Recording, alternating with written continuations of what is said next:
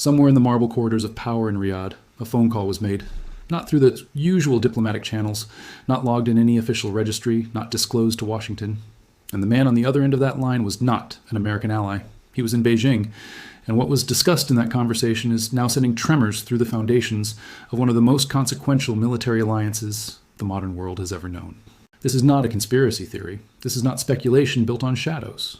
What you are about to hear is drawn from intelligence reports, leaked diplomatic cables, verified satellite imagery, statements from senior defense officials across 3 continents, and the kind of slow-moving geopolitical earthquake that most people never notice until the ground has already shifted beneath their feet.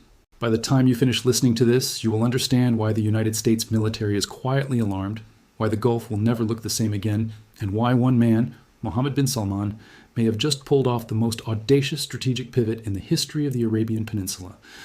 Let's go back to the beginning, because to understand where we are today, you need to understand the deal that built the modern Middle East. It was 1974. Richard Nixon was in the White House.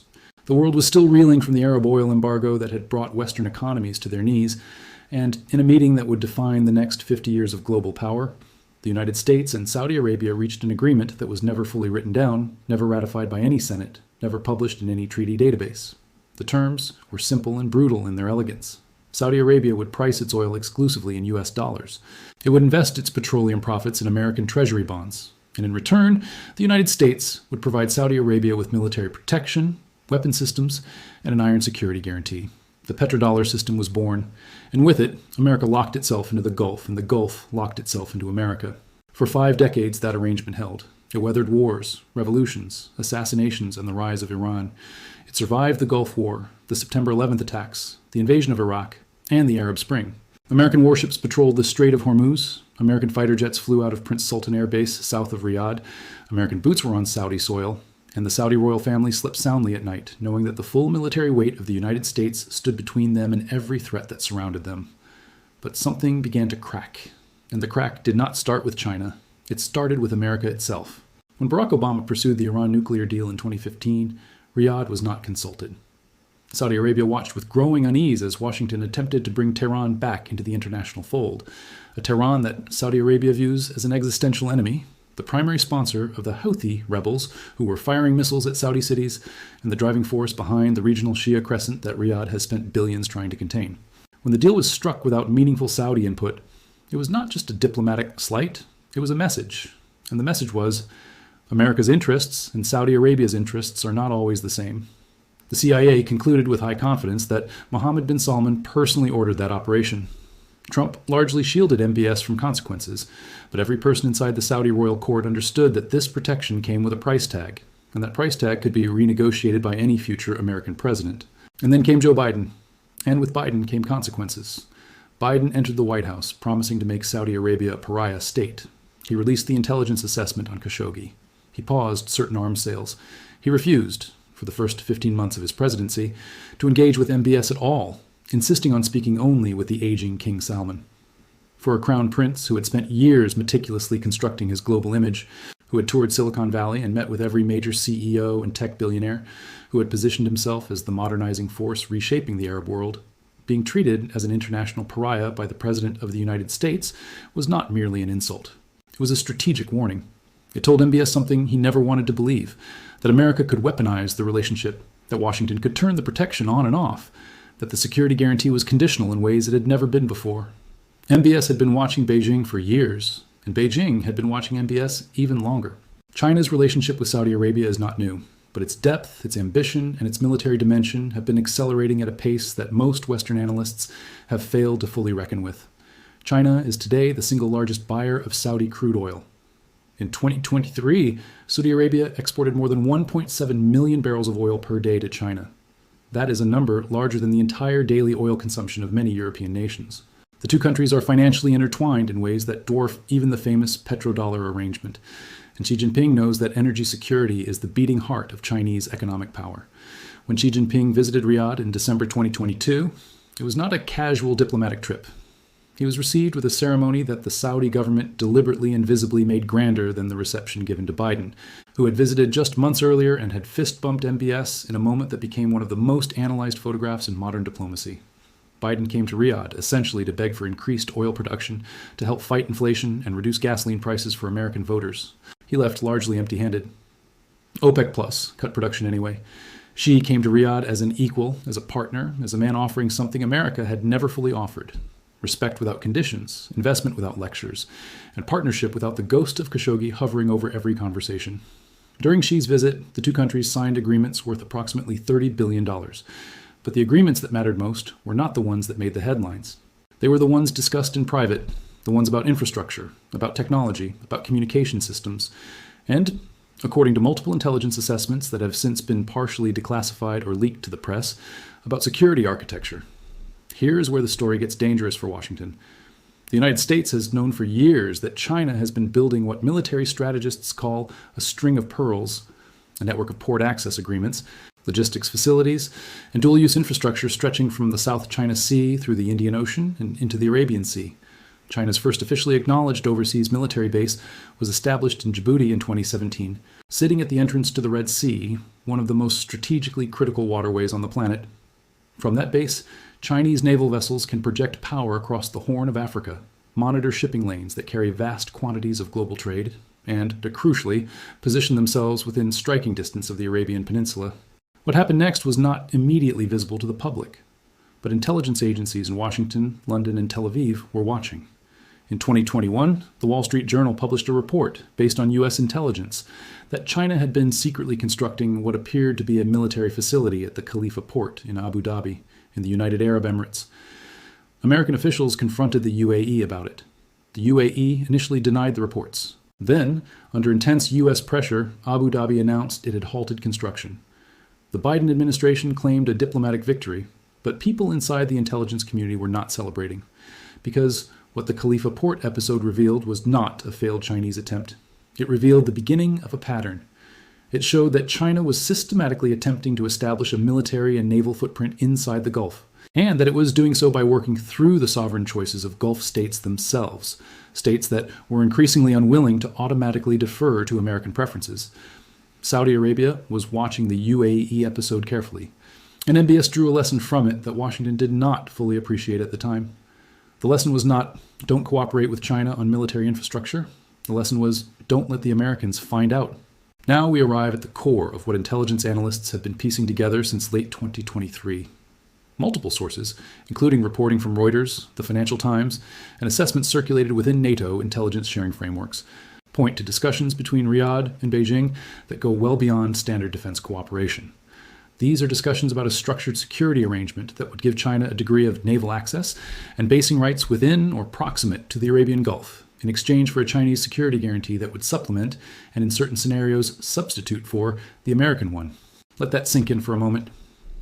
Saudi Arabia, the country that has been the anchor of American military presence in the Middle East for 50 years, may be in the process of negotiating a parallel security framework with the People's Republic of China.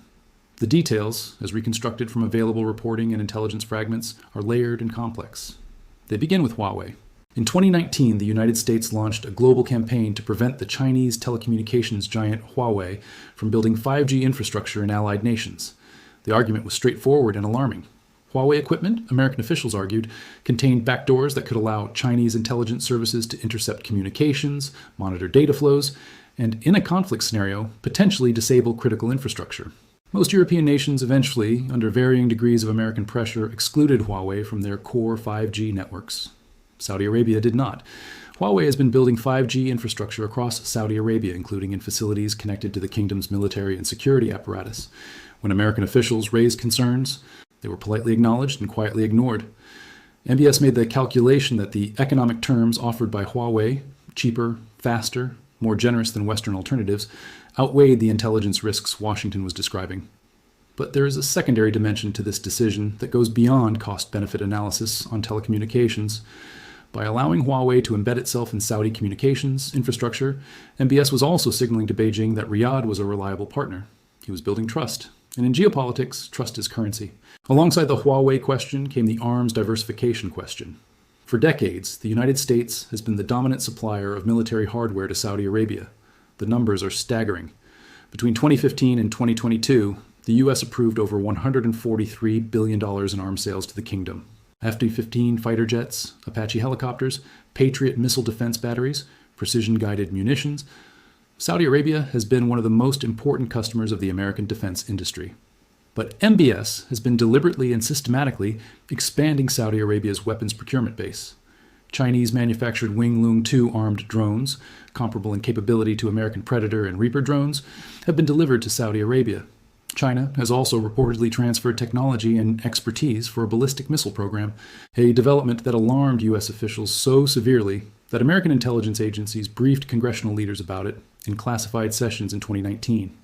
Saudi Arabia, a country that has no civil nuclear ambitions, without also having military nuclear ambitions, according to MBS's own public statements, if Iran gets a nuclear weapon, we will get one too, is now pursuing Chinese-assisted missile technology. This is not a country that is simply hedging its bets. This is a country that is constructing an alternative security architecture from the ground up. The naval dimension of this shift is the most sensitive and the least publicly discussed. The Arabian Gulf is, militarily speaking, one of the most surveilled and contested bodies of water on the planet. The U.S. Fifth Fleet, headquartered in Bahrain, has maintained American naval dominance over the Gulf for decades. Its presence has been the physical embodiment of the security guarantee. An aircraft carrier battle group within sailing distance, destroyers patrolling the Strait of Hormuz, maritime patrol aircraft monitoring every vessel that moves through those waters. For China to establish any meaningful naval presence in the Gulf would be an epochal shift in the regional balance of power. And yet, this is precisely what the evidence suggests is being quietly negotiated. In February 2024, Chinese naval vessels conducted joint maritime exercises with Saudi naval forces in the Red Sea. These exercises were officially described as counter-piracy and maritime security drills, but the scope, the assets involved, and the operational patterns observed by American surveillance platforms indicated something that went considerably beyond counter-piracy training. Chinese and Saudi naval officers were practicing coordinated command structures. They were drilling joint patrol protocols. They were building the kind of institutional familiarity and interoperability that does not develop overnight and does not develop by accident. You do not build military interoperability unless you are planning to use it. Sources within the Pentagon have described the January 2024 intelligence assessment, partially reported by the Wall Street Journal, as one of the most concerning documents circulated within U.S. Central Command in recent years. It described what analysts believed were preliminary discussions between Saudi and Chinese officials about establishing a Chinese naval logistics facility, not a full military base, the distinction being legally and diplomatically significant, somewhere along the Saudi Red Sea coast or in cooperation with a third party in the broader region. A logistics facility is how China framed its Djibouti installation before it became operational. A logistics facility is how the Khalifa Port project was initially described. In the world of military expansion, logistics facility is the polite fiction that precedes strategic reality. What would Chinese naval access to the Gulf actually mean in practice? To understand the answer, you have to understand the geography. The Arabian Gulf is essentially a bottle. It has one opening, the Strait of Hormuz, which is approximately 21 miles wide at its narrowest point. Iran sits on the northern shore of this strait. The United States has spent enormous diplomatic and military resources ensuring that no hostile power controls access to this choke point. If China were to establish a naval presence inside the Gulf itself, the strategic calculus changes fundamentally. American planners would suddenly need to account for Chinese naval assets in a conflict scenario involving Iran, or involving a hypothetical future in which Riyadh and Washington are on opposite sides of a critical strategic question. The Fifth Fleet's freedom of maneuver would be constrained. American ability to enforce a naval blockade in a crisis would be complicated. And perhaps most importantly, the psychological signal sent to every nation in the region would be overwhelming. The United States is no longer the only game in town. MBS understands this leverage, and he is using it. The Iran factor cannot be overstated in this analysis.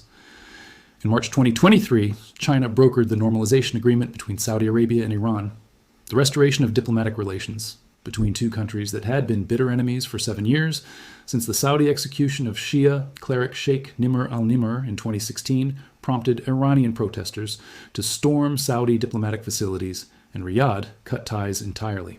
When China announced that it had facilitated this agreement, the reaction in Washington ranged from surprise to alarm. For decades, the United States had positioned itself as the indispensable mediator of Middle Eastern politics. The Camp David Accords, the Oslo Process, the Abraham Accords, American diplomatic energy, and American leverage had been central to every major diplomatic breakthrough in the region. China had now inserted itself into that role, and it had done so in the most consequential bilateral relationship in the Gulf, the relationship between Riyadh and Tehran, without asking Washington's permission, without coordinating with American diplomats, and without in any way serving American strategic interests. In fact, from Washington's perspective, the Iran-Saudi normalization, while reducing the immediate risk of conflict, also reduced Saudi Arabia's dependence on American security guarantees. If Riyadh and Tehran are no longer on the brink of war, the argument for maintaining 5,000 American troops at Prince Sultan Air Base becomes more complicated for MBS to justify domestically. This is the architecture of what MBS is building. Piece by piece, agreement by agreement, phone call by phone call, he is constructing a Saudi Arabia that does not need to choose between Washington and Beijing, but that is, in practice, choosing Beijing as the primary partner for the next phase of its strategic evolution. Vision 2030 is central to understanding MBS's calculations. The modernization program that he unveiled in 2016 is, at its core, an attempt to wean Saudi Arabia off oil dependency before the global energy transition renders that dependency catastrophic. It requires foreign investment on a scale that dwarfs anything Saudi Arabia has previously attempted. It requires technology transfer, infrastructure development, and the construction of entirely new economic sectors, from tourism to entertainment to advanced manufacturing. The United States has been a partner in this project, but China has been a more enthusiastic, more generous, and considerably less politically complicated partner. Chinese companies have been involved in NEOM, the futuristic megacity that MBS is building in the northwest of the kingdom. Chinese firms have won contracts in logistics, transportation, energy infrastructure, and digital systems across the Saudi economy. And crucially, China has done all of this without once mentioning Jamal Khashoggi. There is one more dimension to this story that has received almost no attention in Western media, and it may ultimately be the most consequential of all. It is the question of the petrodollar itself. In 2023, Saudi Arabia formally joined the Shanghai Cooperation Organization as a dialogue partner. The SCO is, at its core, a China and Russia-led geopolitical bloc that was explicitly designed as a counterweight to Western-dominated international institutions. Saudi Arabia joining it, even in a dialogue capacity, would have been unthinkable a decade ago. But MBS did it, and simultaneously, discussions have been ongoing, confirmed by Saudi Finance Minister Mohammed al-Jadaan in public statements, about pricing some Saudi oil exports to China in Chinese yuan rather than US dollars. These discussions have not yet produced a comprehensive agreement. The technical and financial obstacles to a full yuan-based oil pricing system are significant, but the direction of travel is clear. And in Washington, that direction of travel is being watched with an anxiety that borders on existential. The petrodollar system is not just about currency preference. It is the mechanism by which US dollar dominance is maintained globally. Every barrel of oil priced in dollars requires oil importing nations to hold dollars in reserve, which creates constant global demand for US currency and allows the United States to run its extraordinary budget deficits without facing the currency crises that would destroy any other nation's economy. If Saudi Arabia, the swing producer at the heart of OPEC, begins pricing oil in yuan, the consequences for dollar hegemony are potentially severe. And the United States has no military or economic tool with which to prevent it, because preventing it would require publicly punishing Saudi Arabia in ways that would themselves accelerate the very decoupling Washington fears. MBS knows this. He knows that he is sitting on the most powerful leverage point in global finance, and he is using it. Let us now zoom back out and look at the full picture that emerges from all of these moving parts together. You have Huawei building 5G infrastructure inside Saudi Arabia's military communications network. You have Chinese drones in the Saudi Air Force. You have Chinese-assisted ballistic missile development. You have Saudi Arabia joining a Chinese-led geopolitical bloc. You have discussions about yuan-based oil pricing. You have joint naval exercises between Chinese and Saudi forces in the Red Sea. You have a Chinese-brokered Iran-Saudi normalization that reduced Saudi dependence on American security. You have intelligence assessments describing discussions about Chinese naval logistics access in the region. And you have, at the center of all of it, a crown prince who has made it unmistakably clear that he will not allow American domestic politics, the next election, the next president, the next congressional vote on arms sales, to determine the security architecture of his kingdom. This is not a betrayal in the classical sense. MBS would never frame it that way, and it is important to understand his perspective clearly. From Riyadh's point of view, what America calls a betrayal, Saudi Arabia calls strategic autonomy. The United States, in MBS's analysis, has been a declining and unreliable patron. It abandoned Hosni Mubarak during the Arab Spring. It drew red lines on Syrian chemical weapons and then erased them. It withdrew from Afghanistan in a way that sent a devastating message about American commitment to allies. It negotiated with Iran over Saudi objections. It froze arms sales to Saudi Arabia when the Yemen war became politically inconvenient in Washington. It elected a president who called Saudi Arabia a pariah state, and then came to Riyadh with his hat in his hand, asking for more oil production. From inside the Saudi royal court, the conclusion is not unreasonable. American reliability cannot be assumed, and a prudent sovereign does not base his national security entirely on an assumption that might not hold.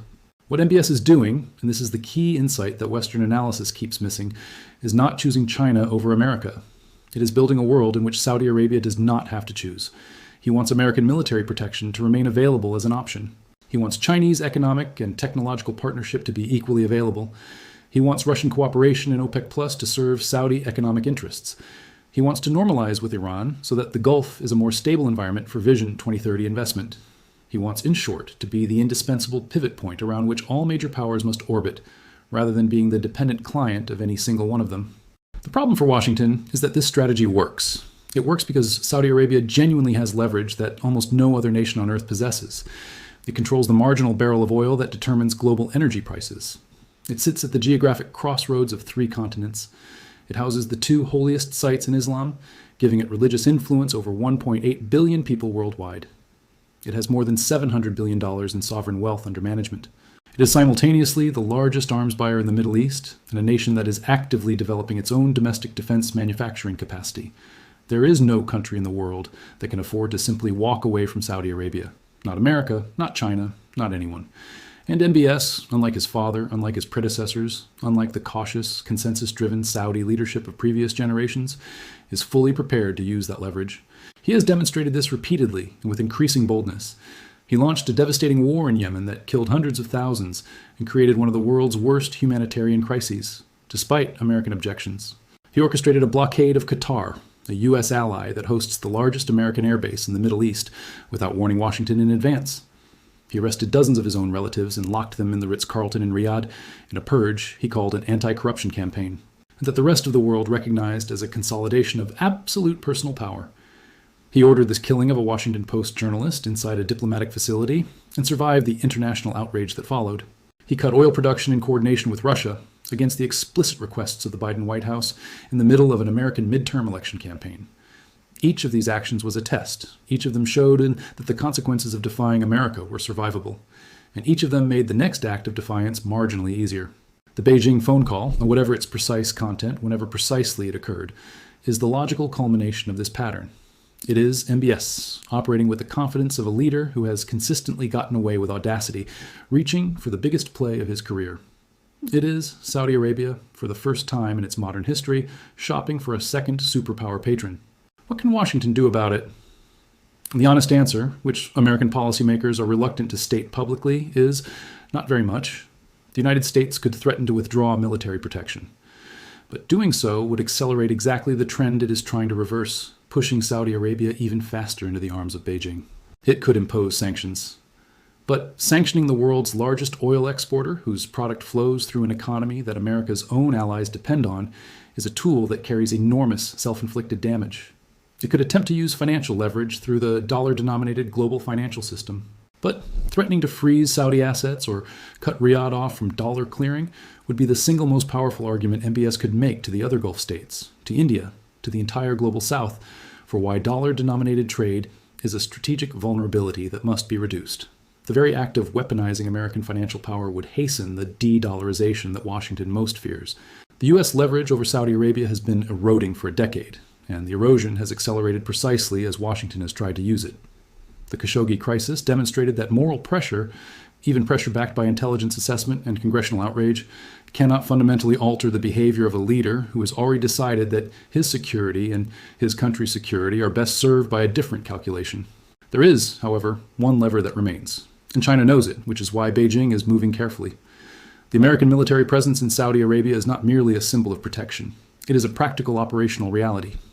The technical support systems for Saudi military equipment, the maintenance contracts, the spare part supply chains, the training programs, the targeting systems for American-supplied weapons, are all deeply integrated with American defense contractors and American military advisors. If Saudi Arabia were to fully pivot to Chinese military systems, it would take a decade or more to replace this infrastructure. The F-15 jets cannot be maintained without American parts. The Patriot batteries cannot operate without American technical support. This gives the United States a window, not infinite, but real, in which Saudi dependence on American military hardware creates a practical constraint on how far and how fast the strategic pivot can go. MBS understands this too, which is why he is not executing a clean break. He is executing a gradual diversification. Chinese drones alongside American jets. Chinese 5G infrastructure alongside American security consulting. Chinese naval exercises alongside continued American basing rights. The strategy is not revolution. It is evolution. Slow enough to be deniable, fast enough to be irreversible. The most important question now is not whether this pivot is happening. The evidence that it is happening is overwhelming and documented. The most important question is what the end state looks like. What does the Gulf security architecture of 2035 actually resemble? Does it look like a region where China and America maintain parallel but distinct zones of influence, coexisting in an uneasy equilibrium that neither power has the appetite to disrupt through direct confrontation? Or does it look like a region where Chinese naval access, Chinese military technology, and Chinese financial infrastructure have gradually displaced American primacy in the most strategically critical waterway on the planet? The answer to that question will be determined, more than by anything else, by decisions being made right now in Riyadh. By a crown prince who is 38 years old, who expects to rule for another 40 years, who thinks in generational timescales rather than electoral cycles, and who has concluded that the world of 2050 will be far more multipolar than the world of 2000, and that Saudi Arabia must position itself accordingly. The ships that sail through the Strait of Hormuz carry with them the economic lifeblood of the modern world. The oil that flows through those waters powers factories in China, heats homes in Germany, and fuels the jets that carry American presidents to summits where they try to hold together an international order that was built on assumptions that are now being systematically dismantled. And at the center of that dismantling, making calls that no one is officially acknowledging, signing agreements that no press release fully describes, and building relationships that will outlast every American administration now living, is a man in Riyadh who has decided that the age of Saudi dependency on Washington is over. The hidden call to Beijing is not a single event. It is an ongoing conversation. And it is reshaping the world